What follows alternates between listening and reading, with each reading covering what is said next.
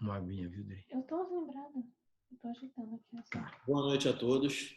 Queria agradecer mais uma vez a presença de todos aqui nesse seminário, ao ministro Aires por ter se disposto a estar conosco nesse seminário, nessa exposição, a doutora Nara, mestre em Direito, ao Brian como mediador e ao doutor Cláudio Carneiro, que é um grande amigo, que também se dispôs a estar aqui presente, falar sobre um tema tão importante para todos nós. Hoje nós teremos o Dr. Brian como mediador, eu vou dar a palavra a ele e, mais uma vez, agradeço em nome do Instituto Universitário do Rio de Janeiro a presença de todos vocês. Brian, por favor. Olá, gostaria de, em primeiro lugar, desejar uma boa noite a todos, agradecer o convite em nome do Simão, o filho e o pai da doutora Carla, agradecer aos participantes, doutor Cláudio Carneiro, doutora Nara Aires Brito, ministro Aires Brito, e gostaria de falar o tema que vai ser abordado aqui hoje, que é Estado Democrático de Direito e Estado de Direito Democrático, certo? Cada um vai fazer uma breve exposição de 15 minutos sobre temas diversos envolvendo essa temática, certo? E gostaria de desejar a todos uma boa exposição, lembrando que a ordem será primeiro a professora Nara Aires Brito, depois o professor Cláudio Carneiro e, por fim, o ministro Aires Brito.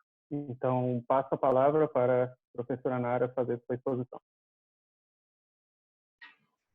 Boa tarde, boa noite a todos. Boa noite ao professor Simão. Agradeço ao Instituto Universitário pelo convite, Simão pai também, doutora Carla, muito obrigada. Cumprimento o professor Aires Brito, o professor Cláudio Carneiro, o mediador Brian de Jong. É uma alegria estar aqui com os senhores nessa noite. E eu vou falar um pouco sobre o princípio da legitimidade e o Estado Democrático de Direito e a democracia.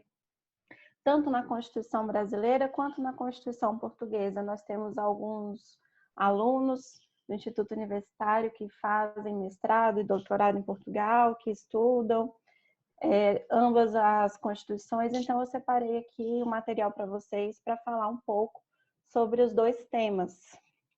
E eu começo dizendo que é imprescindível entender a importância que a legitimidade normativa tem em um Estado democrático de direito. Ela é fundamental para a convivência harmônica entre o Estado e os seus cidadãos. Sendo assim, apenas os requisitos puramente formais do modelo de normatividade keynesiano não se mostram mais suficientes para o desenvolvimento do ordenamento jurídico regido pelo princípio da democracia, pelo respeito aos direitos fundamentais dos seus cidadãos e da dignidade da pessoa humana. Nesse sentido, a Constituição da República Portuguesa e a Constituição brasileira fazem jus a esse salto normativo e implementam nos seus ordenamentos jurídicos o princípio da legalidade e da democracia como princípios continentes que devem ser seguidos por todos. Começando por Portugal, a Constituição da República Portuguesa, ela surgiu cerca de 10 meses depois de um contexto de conflitos de legitimidade revolucionária e a democracia, tendo a democracia prevalecido. A Carta Portuguesa também se preocupa com os direitos fundamentais dos seus cidadãos, com os seus trabalhadores e com uma forma equilibrada de divisão do poder. Ela é tida como uma Constituição compromissória, uma vez que o seu compromisso histórico é devido à sua representação proporcional, pela circunstância do seu país quando da sua promulgação. Fazendo uma relação entre a liberdade e a dignidade da pessoa humana e democracia, é importante sabermos que a dignidade humana, ela prevê a contemplação de todos, para que ela seja atendida. E é importante que a pessoa humana esteja em contato com a inclusão política, que se dá de forma pela participação e por meio do sufrágio universal, como ocorreu em Portugal a partir da promulgação da Carta de 76.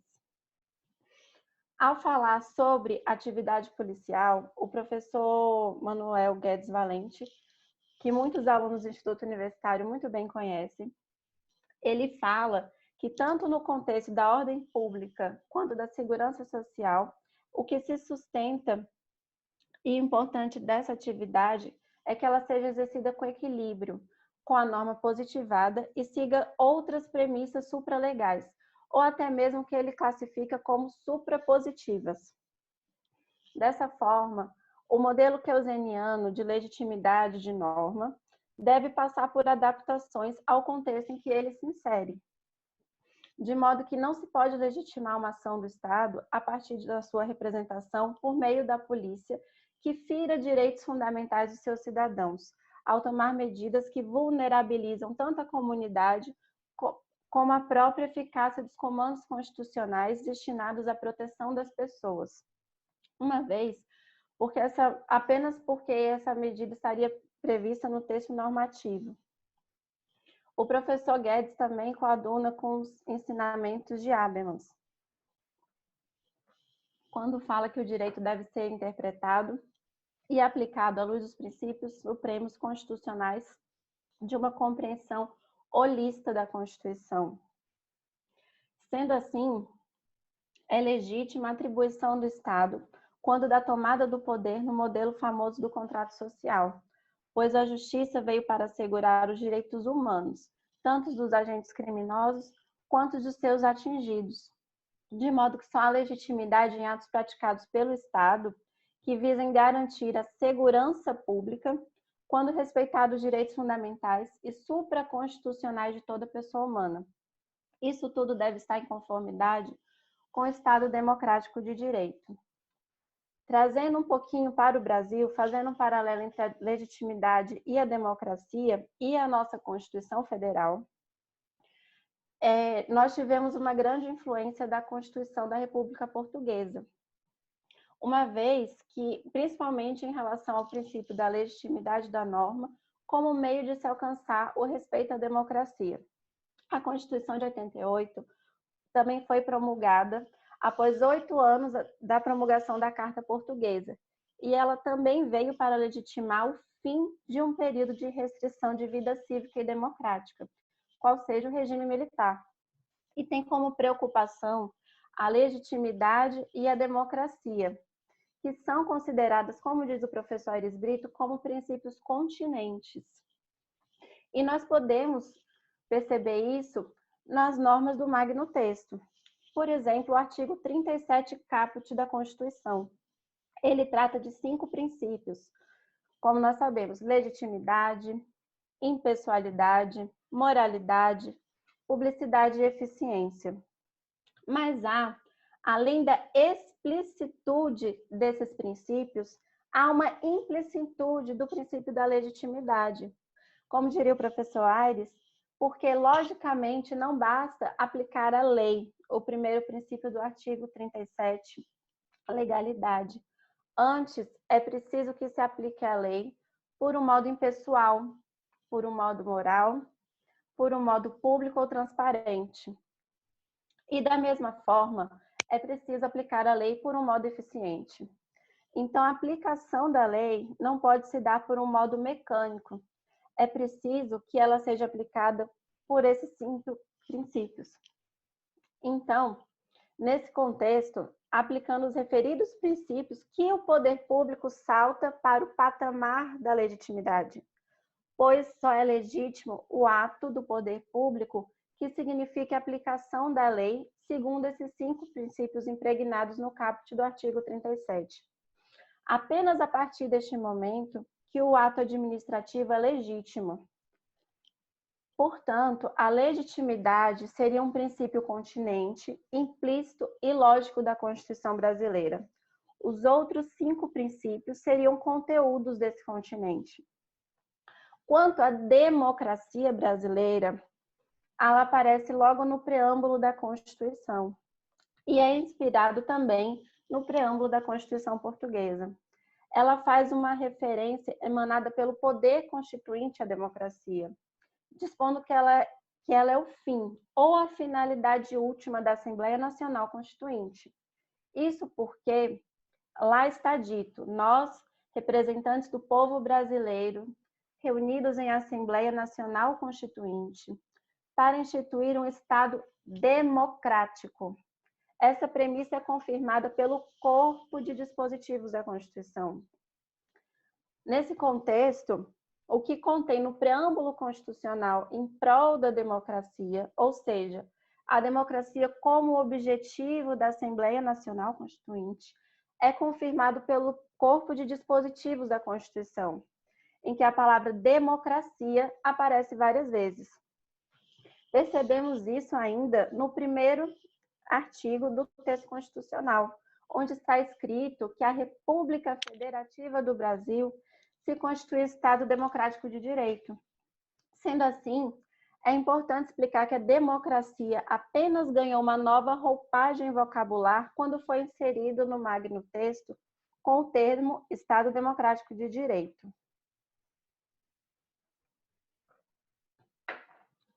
Aí também está a se falar da democracia como um princípio continente.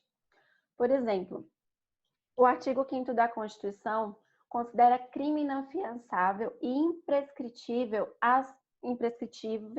a ação de grupos armados, independentemente de se civis ou militares, que atentem contra a ordem constitucional e o Estado democrático de direito. Outro exemplo está no artigo 17 da Constituição, onde indica que é livre a criação, fusão, incorporação e extinção dos partidos políticos, contanto que se resguarde, além de outros princípios, o regime democrático. Bem como o final do artigo indica a necessidade de compromisso com a democracia. A democracia é várias vezes valorizada e tida como um sinônimo de um princípio continente. Fazendo uma relação com o princípio da legitimidade, como o fim de se alcançar uma Constituição democrática, o inciso 1 do artigo 23 da Constituição Federal diz que é de competência comum da União, dos Estados, do Distrito Federal e dos municípios zelar pela guarda da Constituição, das leis e das instituições democráticas. A Constituição excepciona a intervenção da União nos Estados e no Distrito Federal em seu artigo 34, inciso 7º, para assegurar a observância do regime democrático, isso por considerá-lo um princípio constitucional. Um último exemplo que trago aqui é que a Constituição brasileira tem com a democracia, é a preocupação que a Constituição brasileira tem com a democracia. Está no título 5 do Magno Texto. As Forças Armadas foram regradas pela Constituição nesse título, que é autoexplicativo, uma vez que ele trata do Estado e das instituições democráticas, no sentido de que a defesa realizada pelas Forças Armadas também age em conformidade com a democracia. Então, é de modo coerente com a Constituição da República Portuguesa, que foi uma das maiores inspiradoras da Constituição da República do Brasil, principalmente no plano dos princípios, que temos a confirmação de que a democracia e a legitimidade foram inseridas no ordenamento jurídico como princípios continentes. Então, aqui, voltando à estrutura, aquela estrutura de Kelsen, da norma positivada, meramente positivada, essa passagem pela estrutura meramente formal de legitimidade normativa até a aplicação do caso concreto, nos leva a fazer uma análise da legitimidade da norma para a efetivação de um Estado democrático de direito. E é a partir dessa análise que podemos emitir um posicionamento para que a norma ser legitimamente válida, precisa ultrapassar esse modelo keynesiano e dar um salto normativo que objetive respeitar os direitos fundamentais de seus cidadãos. E é nesse sentido que a Constituição da República Portuguesa e a Constituição da República Federativa do Brasil seguiram um caminho de ultrapassagem dos requisitos meramente formais de legitimidade normativa para alcançar um objetivo maior, qual seja, um sistema de legitimidade válido, que visa efetivar os direitos fundamentais do seu povo. Então, aqui eu concluo dizendo que toda norma, para ser considerada essencialmente legítima e democrática, e ela deve ter como fim o alcance da dignidade da pessoa humana, por meio da implementação de uma democracia justa, fraterna, solidária, que haja um equilíbrio entre o processo formal de elaboração de uma norma por meio do poder legislativo e com respeito aos direitos e garantias fundamentais e supraconstitucionais de todos. São essas as minhas considerações e me mantenho à disposição, agradeço o convite e devolvo a palavra para o mediador. Muito obrigado, professora Nara.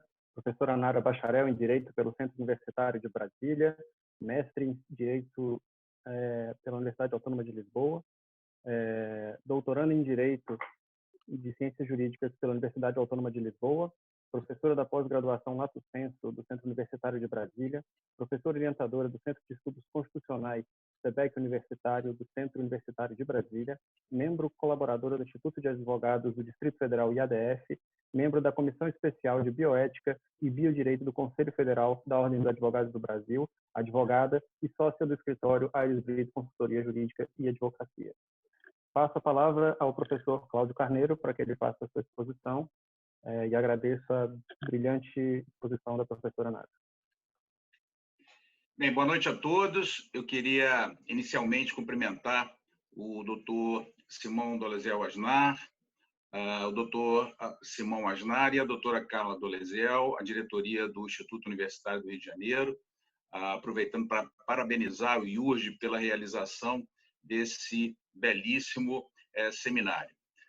Cumprimento também os palestrantes, ministro Aires Brito, a doutora Nara Aires Brito, doutor Brian, e a temática que eu vou tratar hoje é a jurisprudência de crise para a estabilização das relações jurídico-econômicas e a preservação do Estado democrático. Eu escolhi essa temática por dois motivos. Primeiro, por conta do cenário que nós estamos vivendo hoje.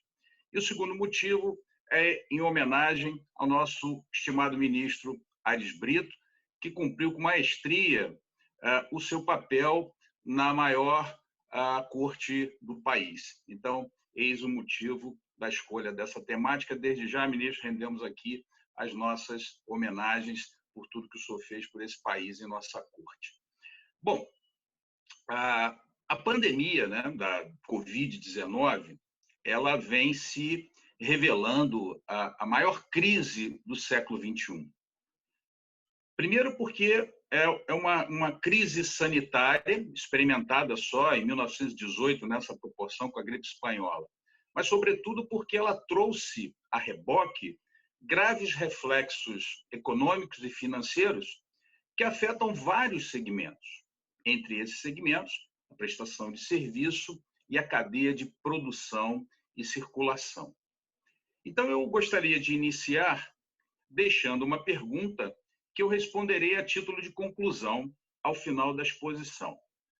Como devem atuar os tribunais constitucionais diante de graves crises que efetivamente comprometem a capacidade do Estado e a concretização de direitos fundamentais?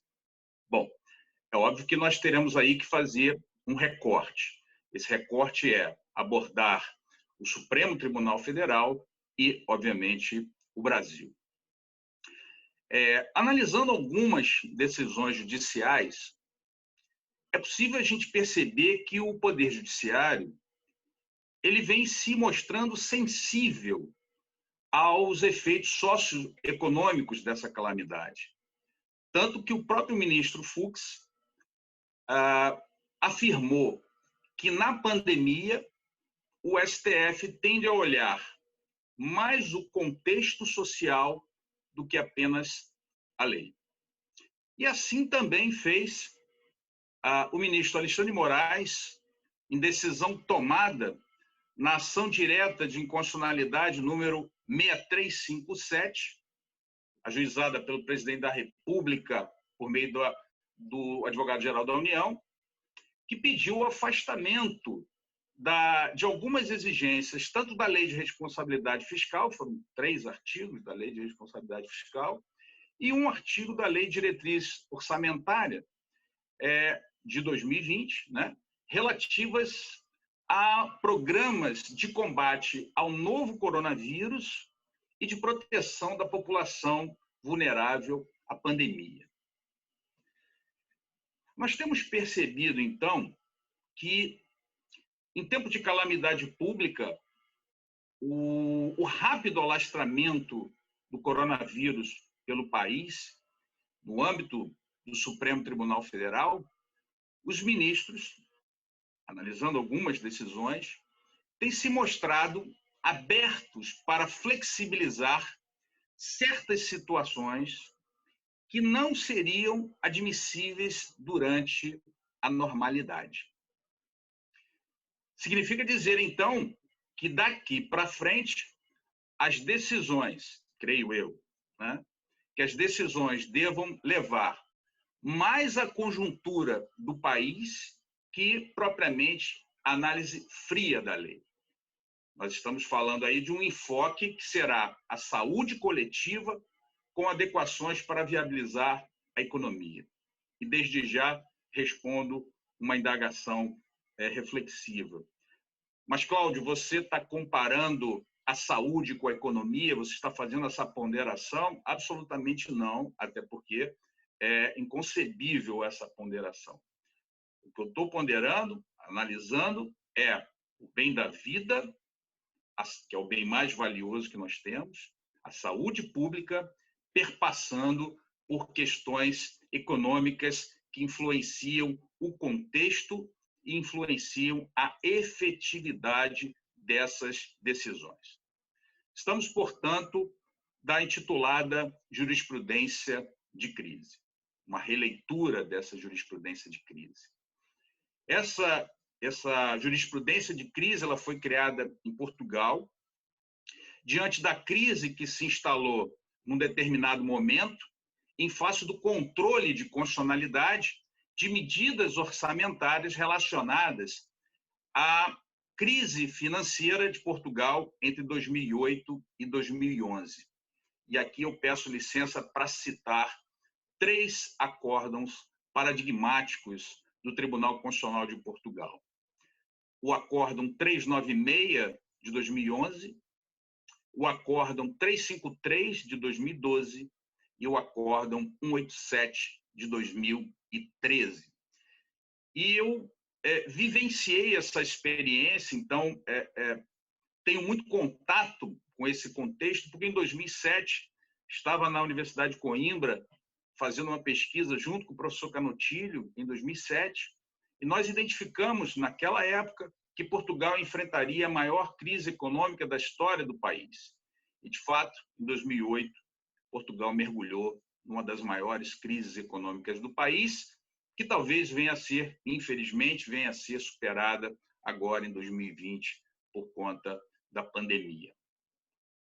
Bom, nós entendemos que essa jurisprudência de crise, essa releitura dessa jurisprudência de crise, claro, não estamos afastando a força normativa da Constituição, e aí nós rendemos a nossa homenagem a Conrad Hess, ela traduz, na verdade, um processo, entre aspas, negocial entre a interpretação normativa da Constituição e a necessidade de ceder perante a exigência de certas circunstâncias. E aí também rendemos as nossas homenagens à hermenêutica constitucional em Peter Haber. O Tribunal Constitucional de Portugal se socorreu da prossecução do interesse público dentro de uma ordem, frise-se, transitória e excepcional, e não permanente e normal, para falar do Supremo, para decidir no sentido da não inconstitucionalidade de medidas legislativas que conheceriam um desfecho que não seria o mesmo se não fosse um momento de crise. Então, diante dessa brevíssima exposição, para respeitar o nosso tempo, esses fundamentos, com esses fundamentos que nós colocamos, já podemos passar, então, para a resposta da pergunta que nós colocamos inicialmente a título de conclusão. A parametricidade da Constituição em tempos de crise nos leva a concluir que a interpretação constitucional não deva depender apenas do texto, mas do contexto. E aí me permitam fazer uma citação de uma obra que foi publicada pela editora Coimbra, de João Carlos Loureiro, que diz o seguinte, abre aspas, a temporalidade da Constituição expressa-se também na alteração em sede de domínio da norma ou da realidade. No jogo complexo das mutações em termos de valores, bens e interesses, a mutação relevante neste plano não pode ser descurada. Ou seja, me valendo das palavras do João Carlos Loureiro, dizendo de outra forma, o que seria incompatível com a Constituição em tempos de normalidade constitucional já não o será em tempos de crise de austeridade fiscal, ou seja, de um rigor técnico no controle de gastos em tempos de déficit orçamentário. Um outro ponto importante, à guisa de conclusão, que pode ser invocado, ou talvez no sentido de que eu poderia ter me descuidado e não tê-lo abordado, é exatamente a questão afeta ao princípio da segurança, a tão pleiteada segurança jurídica, que, ao nosso sentir, neste momento, friso, excepcional, não significa mais do que dar uma certa discricionariedade legislativa, uma amplitude à hermenêutica em tempos de austeridade, ou seja, um refúgio principiológico, um refúgio axiológico da segurança jurídica de subsumir a todo o contexto a estabilização das relações jurídico-econômicas. É aí que nós enfrentamos o princípio relativo à segurança. Então, nesse momento, a jurisprudência do STF, que é o recorte que nós iríamos fazer, né, desde o primeiro momento, é marcada por uma limitação da sua esfera de competências em favor de uma maior liberdade de hermenêutica, uma maior liberdade hermenêutica. E partindo, então, para o final, a intitulada jurisprudência de crise, ela fica marcada por um axioma, uma decisão que desaplica a sua própria decisão original. De que forma? Com a manipulação de efeito através da restrição de efeitos da inconstitucionalidade focado no futuro, no presente futuro. Então, em síntese, em breves palavras, para efeitos de conclusão, podemos afirmar que a evolução da jurisprudência constitucional, no caso do Supremo Tribunal Federal, mas também poderíamos dar exemplo de várias passagens pelo mundo, ela deve caminhar no sentido da diluição do peso dogmático do eixo interesse público, transitoriedade das medidas e, sobretudo, no momento, a excepcionalidade, de modo que a gente dê efetividade a essas decisões, que a gente consiga minimamente a concretização dos direitos assegurados na nossa Constituição e, ao nosso sentir, é isso que assegura o nosso Estado democrático. Muito obrigado pela oportunidade, agradeço mais uma vez ao IURJ e passo a palavra ao Dr. Brian. Muito obrigado. Muito obrigado, Dr. Cláudio. Uma exposição super contemporânea, pertinente. Dr. Cláudio é advogado, pós-doutor em Direito pela Universidade Nova de Lisboa, professor do Instituto Universitário do Rio de Janeiro, professor convidado do Programa de Mestrado e Doutorado da Universidade Autônoma de Lisboa, professor permanente de mestrado na UniFG da Bahia, professor da Fundação Getúlio Vargas e da Escola da Magistratura do Rio de Janeiro, autor de várias obras jurídicas. Passo a palavra agora para o ministro Aires Brito. Agradeço a exposição do professor Cláudio Carneiro e vamos ouvir agora o ministro Aires Brito. Agora. Boa noite também para todos. Eu tenho o prazer, tenho a honra, prazer pessoal, honra acadêmica, de participar dessa exposição, desse debate, em momento tão importante e, ao mesmo tempo, crítico, né, da vida brasileira, e na companhia do mediador Brian de Jong, do professor Simão Asnar Filho, do professor Cláudio Carneiro e da professora Nara Aires de Brito.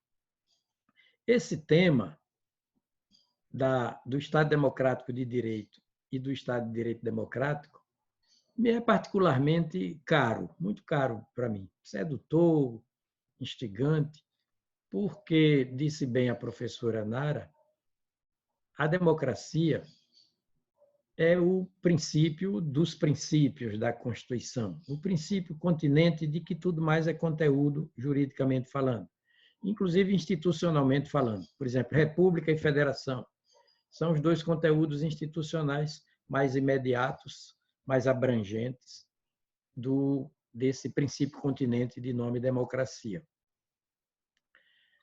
Democracia que, também disse a professora Nara, desde o preâmbulo da Constituição, é referida como o objetivo maior, a finalidade, né, mais determinante da epopeia constituinte de 1987 e 1988 no Brasil. Está dito com todas as letras. Democracia que passa a tomar o nome de Estado Democrático de Direito já no artigo introdutório do corpo normativo da Constituição, no artigo 1º. As explícitas, né? A República Federativa do Brasil, formada pela união indissolúvel dos estados, do Distrito Federal e dos municípios, constitui-se em Estado Democrático de Direito, sob 5 fundamentos, a partir de 5 fundamentos, uma estrela de 5 pontas, né? Soberania, cidadania, dignidade da pessoa humana, valores sociais do trabalho e da livre iniciativa, pluralismo político. Isso quando a gente lê nas linhas. Quando a gente lê nas entrelinhas da Constituição, artigo 3º, por exemplo, quanto aos seus objetivos fundamentais, que são 4, quando nós fazemos isso, concluímos com facilidade que ali está, no artigo 3º, o Estado de Direito Democrático. Um Estado cujo direito é elaborado democraticamente pelos representantes do povo, escolhidos em eleição popular, livre, e esse direito, né, que se legitima pela forma. O Estado Democrático de Direito é um Estado formal, legítimo pelo procedimento, instrumentalmente considerado esse Estado Democrático de Direito, mas materialmente, substantivamente considerado, ele tem que, esse direito elaborado democraticamente, não pode deixar de ter por finalidade favorecer a população brasileira, aos estrangeiros e brasileiros residentes no país, segundo o artigo 5º, parágrafo cabeça, artigo 5º, cabeça da mesma Constituição. Então, esse direito voltado para o favorecimento, a tutela jurídica, a promoção jurídica, para incorporar superávites de existência a toda a população, ele muda de nome, é Estado de Direito Democrático. Aquele Estado instrumentalmente, formalmente democrático, é substanciado, ele é robustecido, complementado por um Estado substantivamente democrático. E esse Estado, materialmente, substantivamente democrático, é o Estado de direito democrático, que elabora um direito democraticamente para favorecer toda a população. Bem, aí o doutor Nara discorreu muito bem. Salvo engano, são 19 vezes as oportunidades em que a Constituição fala de democracia, inclusive como uma das finalidades do Ministério Público, artigo 127, cabeça, defesa do regime democrático. A professora Nara listou bem as passagens todas em que a Constituição fala de democracia para confirmar que o Estado democrático, tanto formalmente democrático quanto material, substantivamente democrático, esse Estado é o cântico dos cânticos numa linguagem bíblica, é o valor dos valores numa linguagem filosófica, é o princípio dos princípios numa linguagem jurídica. O professor, a partir dessas duas grandes instituições, República, Federação, tanto que as cláusulas pétreas de que fala o artigo 60, parágrafo 4º da Constituição, são de prestígio ao princípio federativo e ao princípio republicano. Artigo 60, parágrafo 4º, inciso 1º. Primeira cláusula pétrea, regime federativo. As outras três são conteúdos do Estado republicano brasileiro. Voto direto, secreto, universal, periódico, separação dos poderes em bases independentes e harmônicas e direitos e garantias individuais. Agora, claro que os poderes íncitos à República devem dialogar, devem conversar, sobretudo em momento de crise, né? E atuar, portanto, harmoniosamente, sem prejuízo da independência de cada qual. E as unidades federadas, também sem prejuízo da sua autonomia, elas devem atuar harmoniosamente para o enfrentamento de um problema grave, de uma crise sanitária única, não é, no Brasil, de que nunca se ouviu falar, na Espanha é outra coisa, e em outras partes do mundo, mas aqui é a mais grave de todas, e que ganhou uma dimensão, né, e que saltou para uma dimensão transnacional, a crise do coronavírus. O professor Cláudio, magnificamente, né, falou de jurisprudência de crise a partir do Supremo Tribunal Federal e resgatando a própria nomenclatura, a própria expressão jurisprudência de crise, de uma época vivida em 2008 pela República Portuguesa. E lá, o entendimento que se pôde ter da conciliação entre direito e vida é de que estados de anormalidade, transitórios também, em função da normalidade, né? Toda normalidade, por definição, tem que ser transitória, senão a vida com V maiúsculo se torna inviável aqui neste planeta, é de um direito jurisprudencialmente definido como resultante, né, de uma otimização, de um equilíbrio, de uma conciliação possível entre texto normativo e contexto existencial. E que aqui no Supremo Tribunal Federal, segundo o professor Cláudio, a partir, sobretudo, de decisões recentes, citou uma recentíssima do ministro Luiz Fux, aqui também há uma tendência, né, na linha da jurisprudência de crise portuguesa, o Supremo Tribunal Federal conciliar as coisas entre texto e contexto. Eu entendo, tentando agregar alguma coisa ao debate, eu entendo que essa conciliação entre texto e contexto é favorecida no Brasil pelo caráter principiológico da Constituição. É uma Constituição incomumente principial, diria Canotilho, principiológica, riquíssima de princípios, desde os princípios tracinho base do artigo 1º, passando pelos princípios tracinho fim, né, do artigo 3º, e por aí vai. Artigo 4º são 10 princípios regentes das relações internacionais do Brasil.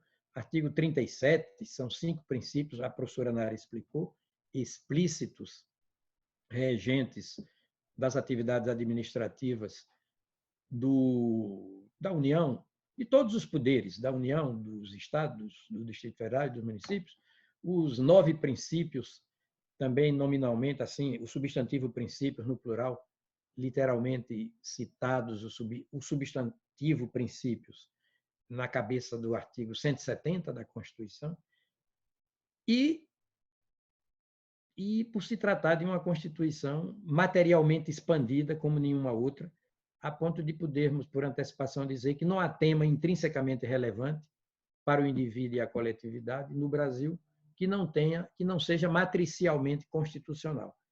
Então, a Constituição nossa, mais do que a de Portugal, mais do que a de qualquer outro país, nos habilita a trabalhar com jurisprudência chamada de crise, mas sem sair, em rigor, do parâmetro kelseniano do direito como sistema de normas, sem que o direito perca a sua característica autopoética, ou seja, de um sistema normativo fechado em si mesmo e que tem resposta para todas as questões.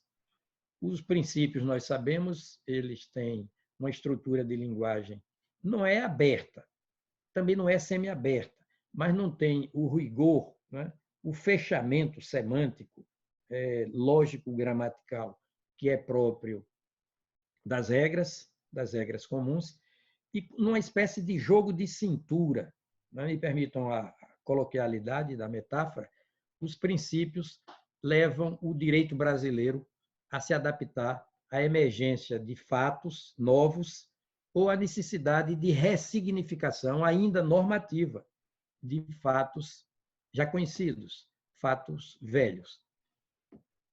E a gente lê nas linhas e nas entrelinhas do sistema normativo a partir da Constituição, lê a parte e o todo normativo, lê a parte isoladamente, regra, princípio isoladamente, o bloco de princípios, o bloco de regras, e lê o todo sistêmico de princípios e regras, e lê nas linhas e nas entrelinhas do sistema normativo.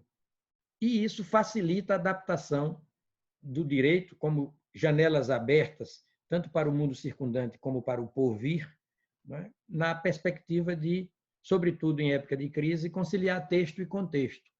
Me parece que a nossa Constituição facilita isso, desde que tenhamos em mente que, se não é válido ao intérprete, notadamente o Poder Judiciário, o Supremo também, não é válido,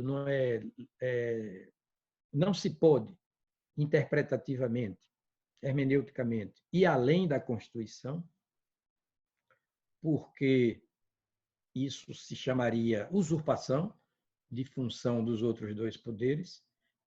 Se não se pode ir além da Constituição, também não se pode ficar aquém. Não se pode subinterpretar a Constituição.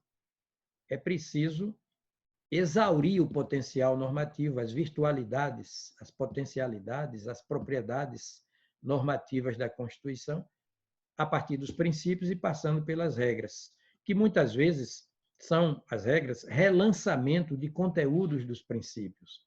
Quando a professora Nara fala de norma supraconstitucional, certamente está se referindo aos tratados internacionais de que a República Federativa do Brasil faça parte, porque assim está no artigo 5º, parágrafo 2º. Mas se pode falar dos tratados como norma supralegal, eu não falo.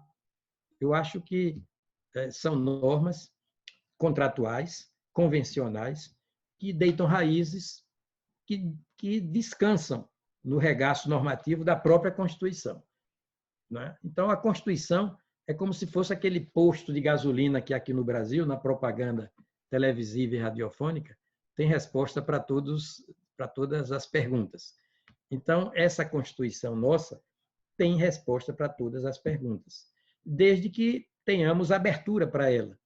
E não tenhamos, né, essa compreensão de que fala o professor Cláudio, de que em época de crise é preciso, né, mais e mais um esforço de ressignificação das coisas, mas sem fugir do lastro, né, do esquadro, do padrão normativo constitucional. Eu acho que esgotei o tempo, não é, Brian? Ou ainda resta alguma coisa? os 15 minutos ou não? Professor Simão, como está o tempo aí? Como é que estamos? Se não, eu encerro por aqui. Ou então posso prosseguir dizendo mais um pouquinho. Eu acho que não né, que... estamos nos 15 minutos, não. Muito bem, então vou prosseguir um pouquinho. Um pouco. Dizendo que, que no Brasil, diferentemente dos Estados Unidos, não há uma federação republicana. Isso é lá. Aqui há uma república federativa. A ordem é essa. Os princípios republicanos têm na federação 4 oportunidades, 4 ordens jurídicas ao seu dispor. Estados, municípios, Distrito Federal, União, são entidades jurídico-políticas personalizadas de personalidade pública, são pessoas jurídicas de direito público, base territorial, composição humana, a serviço dos princípios republicanos. Nós somos uma república federativa.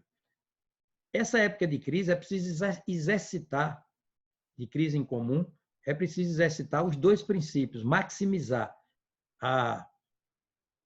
o aproveitamento deles, vitalizá-los, em suma. Como no plano da separação dos poderes, por exemplo, que é a cláusula pétrea, é preciso conciliar independência e harmonia, que os poderes conversem, dialoguem, em prol do enfrentamento eficaz, eficiente, efetivo da crise. Longe de divisionismo, de mascar o chiclete do divisionismo, do sectarismo, da intolerância. Isso dá em fígado azedo, metaforicamente, dá digamos, em faca nos dentes, dá, quem sabe, no corte das veias das manhãs nascentes, para lembrar um verso parecido de Tiago de Mello. E no plano da federação, é preciso que a União dialogue com os estados, com o Distrito Federal, com os municípios. O momento de crise é de enfrentamento, é de exercício de competências comuns, tanto as materiais quanto as legislativas. Vamos conversar, dialogar. O momento é de somatório. Quem semeia vento num momento desse, colhe tempestade. É preciso grandeza, espírito público, conciliação de interesses legítimos.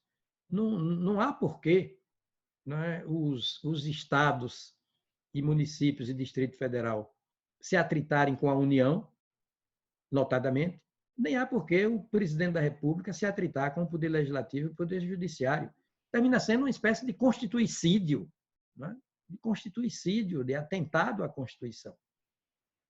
Portanto, a democracia é princípio continente, que tem por conteúdos principais a República e a Federação, e quando República e Federação se conciliam, as respectivas administrações públicas de cada unidade federada, tendem a fazer aquilo de que falou a professora Nara, conciliar legalidade e legitimidade.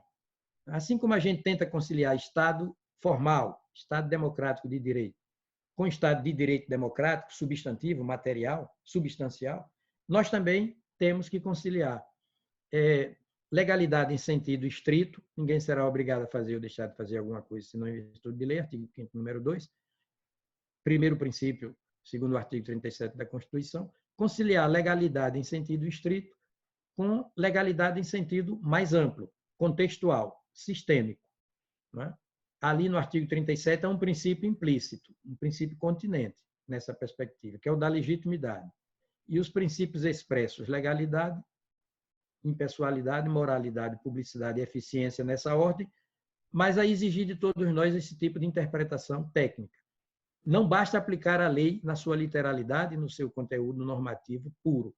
É preciso aplicar a lei por um modo impessoal, por um modo moral, por um modo público, por um modo eficiente. É preciso aplicar a lei republicanamente, para alcançar o patamar da legitimidade. E aqui eu encerro a minha participação.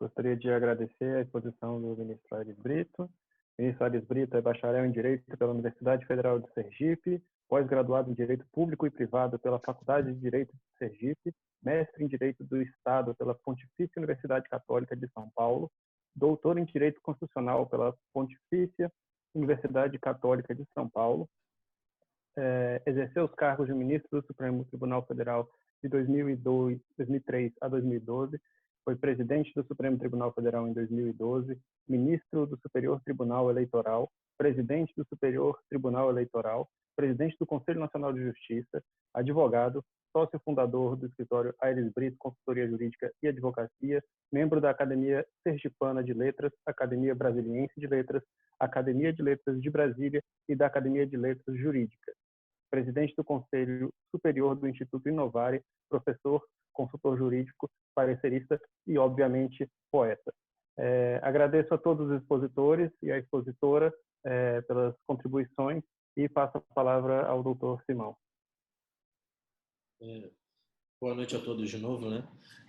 Eu, mais uma vez, gostaria de agradecer ao professor ministro Aires Brito, a nossa aluna, doutora Ara Brito, que é mestre e cursa o doutorado conosco em Lisboa, ao professor Cláudio Carneiro, que é nosso parceiro, professor do mestrado em Lisboa, ao doutor Brian, pela mediação, foi maravilhosa, e parabenizar, aproveitar para parabenizar pelo seu trabalho na frente do Instituto Vitor Nunes Leal, que vem como diretor fazendo um ótimo trabalho.